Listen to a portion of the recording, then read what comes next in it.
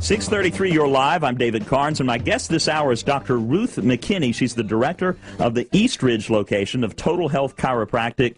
Been in practice 29 years. Dr. McKinney knows her stuff, and she knows how proper, appropriate chiropractic care can change your life for the better. And we were talking about the 5 ways to manage stress: food and vitamins, rest, clear your mind, exercise, and, of course, chiropractic care. And Dr. McKinney, we were talking during the break. You're never too young, and this is one thing that has just absolutely blown me away at how advanced chiropractic care has gotten, so that you guys can even take care of infants now, basically just after the birth process. Well, right? I'll just share with you that both of my children had their first chiropractic treatment on the day that they were born, and they are teenagers, very healthy, rarely missed school, never had an ear infection when they were infants. Talk about the relationship to ear infections, because that's what fascinates me, is that chiropractic care on infants can reduce ear infections. That's amazing to me. Let me say, first of all, that chiropractic treatment on an infant looks really different than it does on an adult. It's very, very gentle on an infant. So for people who have this notion in their head about what a chiropractic adjustment looks like, it's not that. No bending and twisting. It's not that on an infant. No, no, no. It really, you know, when you think about the birth process and what happens to an infant's head and neck and shoulders during the birth process, it can cause a misalignment of the relationship of the head to the neck. And that misalignment can actually change the angle of the ear tube. You know, that tube inside the head where the fluid drains, right? And if that, it's kind of like a gutter. When the gutter's pointed down, the rain drains out. But if the gutter isn't pointed down, the water backs up. And that's exactly what happens in an infant's ear tube. The fluid will back up into the ear tube. So a very specific, very alignment to the upper neck area will realign the position of the head and the neck, and it will get that ear tube gutter pointed down again so that the fluid drains out of the ear tube. That is worth the price of admission right there. Yeah. That is good information. Also, and this was a big deal with one of my children, I won't mention which one, Allison, but colicky babies. Yes. Oh, my goodness. So with infants, toddlers, colic is a huge issue. By the way, Dr. Ruth McKinney is my guest. If you want to get in touch with her, 702-9111. Any questions about chiropractic care? So talk about colic in infants. Yeah. In an infant, infants' nervous systems aren't very mature. Sometimes I almost think that infants should percolate for another 2 or 3 months. Moms, I'm sure, would not agree with me on that. You would imagine not, yeah. But their nervous systems aren't real mature, and it can affect the baby's ability to digest. Right? So a chiropractic treatment to a specific vertebra in the spine that affects the stomach can help the infant along in that process of maturing the digestion and maturing the nervous system so that they digest better. And I guess the digestion goes along with, because babies are notoriously, they'll have constipation issues as well. I guess that all kind of ties in together, right? It all ties in together, yes. Okay. Spinal correction, and this is again for infants and toddlers, spinal correction after falling while learning to walk. Okay, so think about it.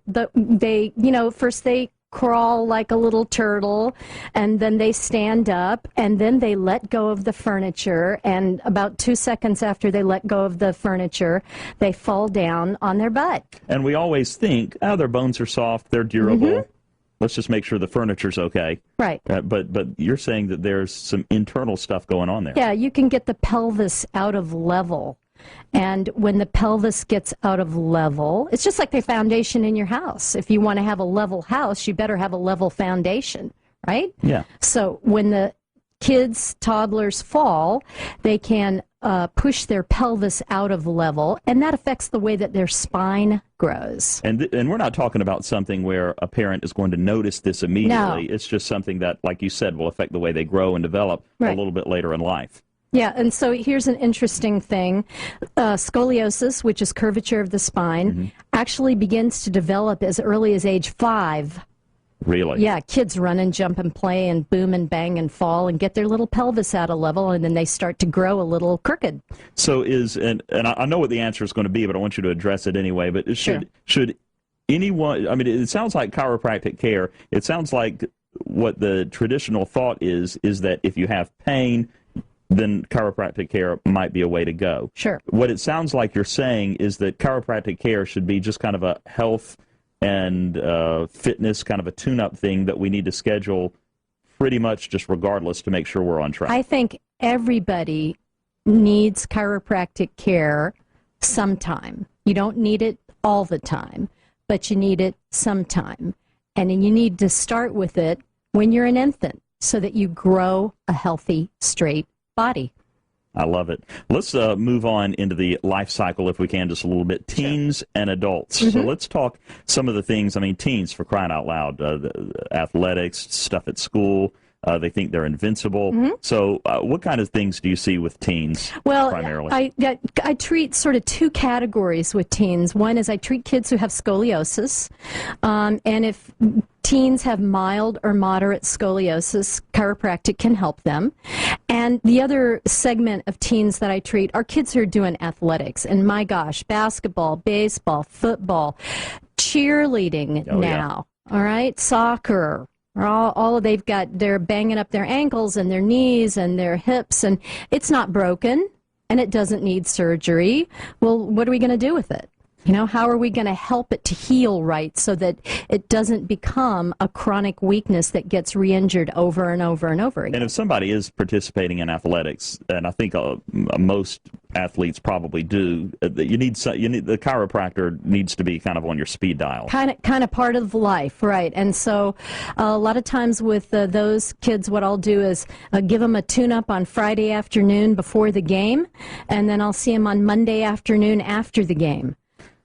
Now, the last time you were here, and I want to make sure I get all of this in, so I apologize for jumping around if I am. It's okay. By the way, Dr. Ruth McKinney, 702-9111, if you have any questions or comments. But the last time I was here, I was talking with Dr. Page, and she was saying that she literally could not remember the last time she had a headache. Yeah, isn't that great? Is that the case with you also? Yes. And I want to tell you, unbelievable. I am blessed. I have been under chiropractic care since I was age 10.